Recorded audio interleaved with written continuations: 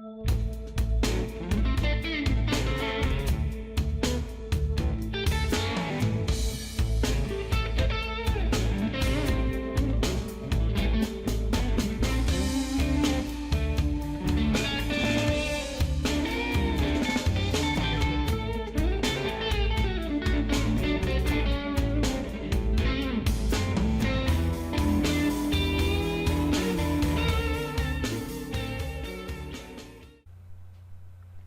few years ago, I was talking with a few folks who were collectors and so forth of Chinese and Asian ceramics in general. A number of them had been at it for quite a long time, and I asked a question. I said, where do you think they made when did they do the absolutely most refined decoration in when it comes to Asian ceramics? Chinese, Japanese, Korean. Who did it? Who did the absolute finest work? And in general, the answers typically came back about where you thought they would. Folks said Yongchen period. A few people said Kangxi period, and a few more said Qinlong. So that about a 20 or 30 year window during the Qing period from around 1718 to about 1760. So around a 30 or 40 year window of time, and they said, well, I bet that's where the most delicately, the most finely painted porcelains were ever done. And I sort of made the suggestion. I said, nobody thinks, what about Kutani?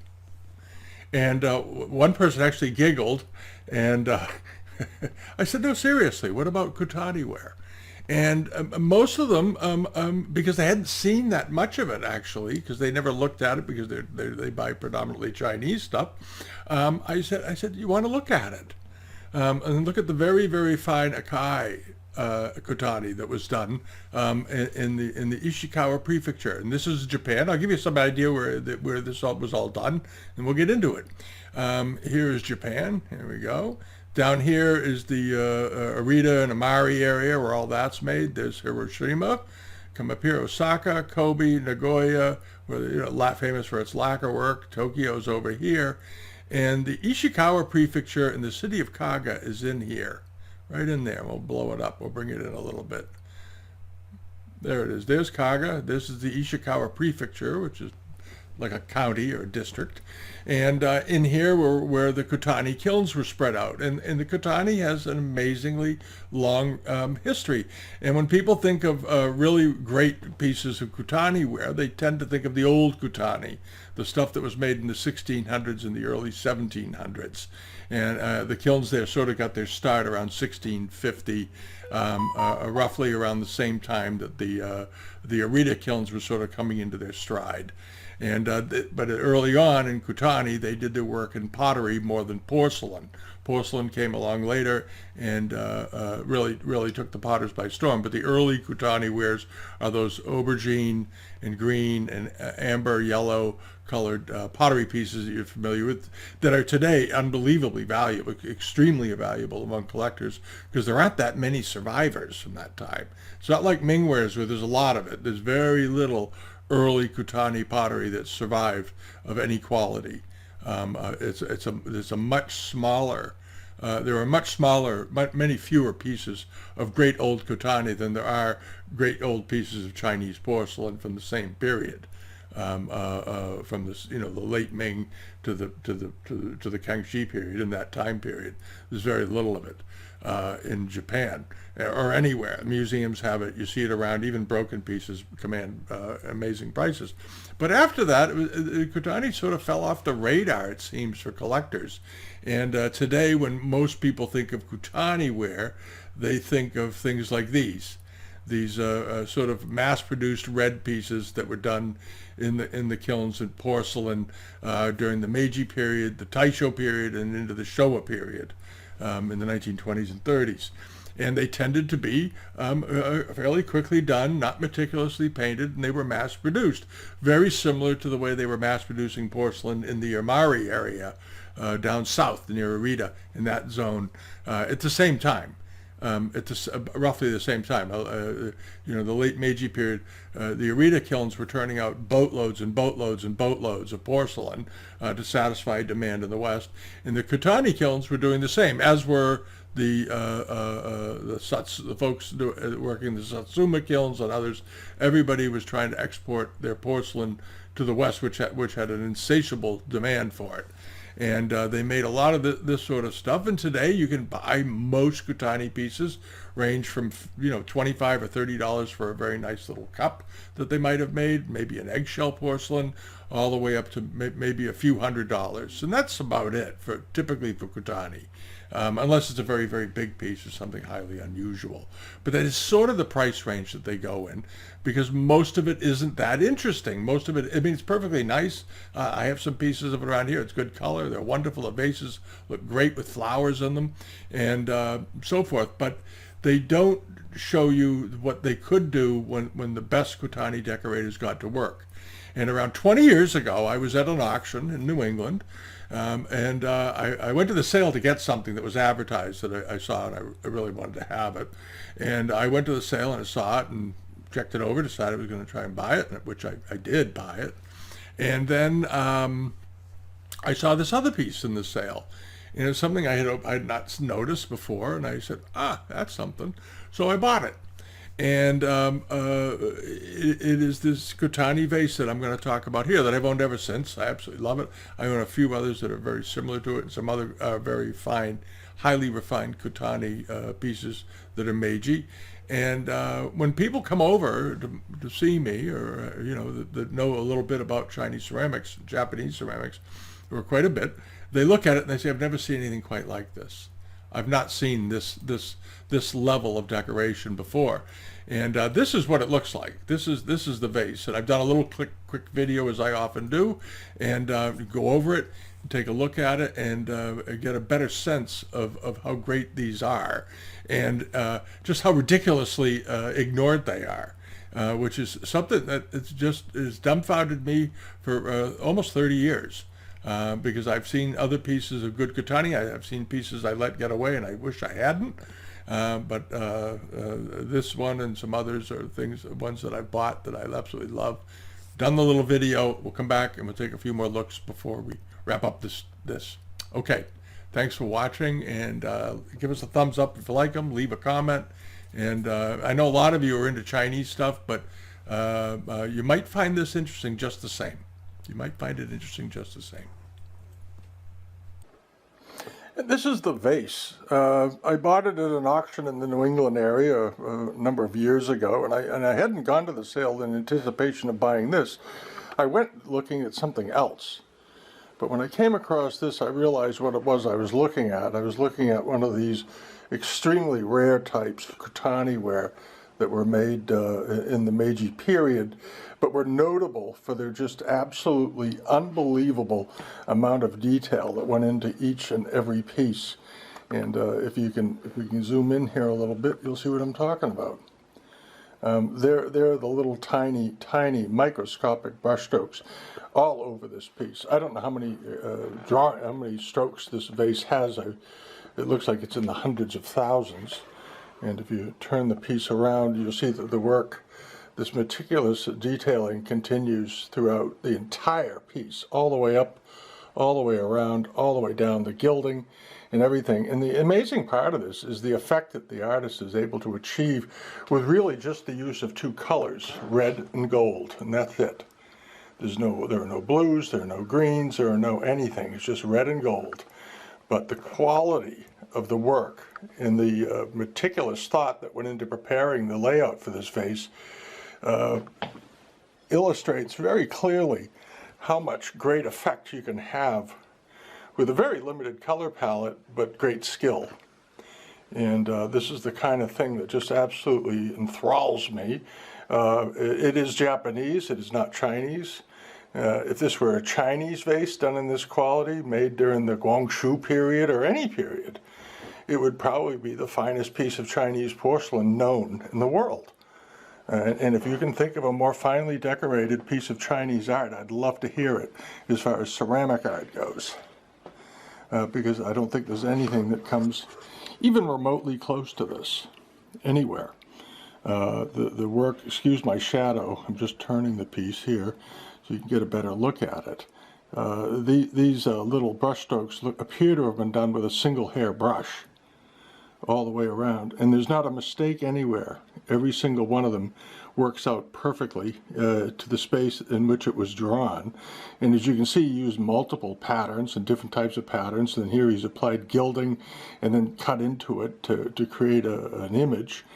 And it goes all the way around the piece, all the way around, up and down, everywhere you look.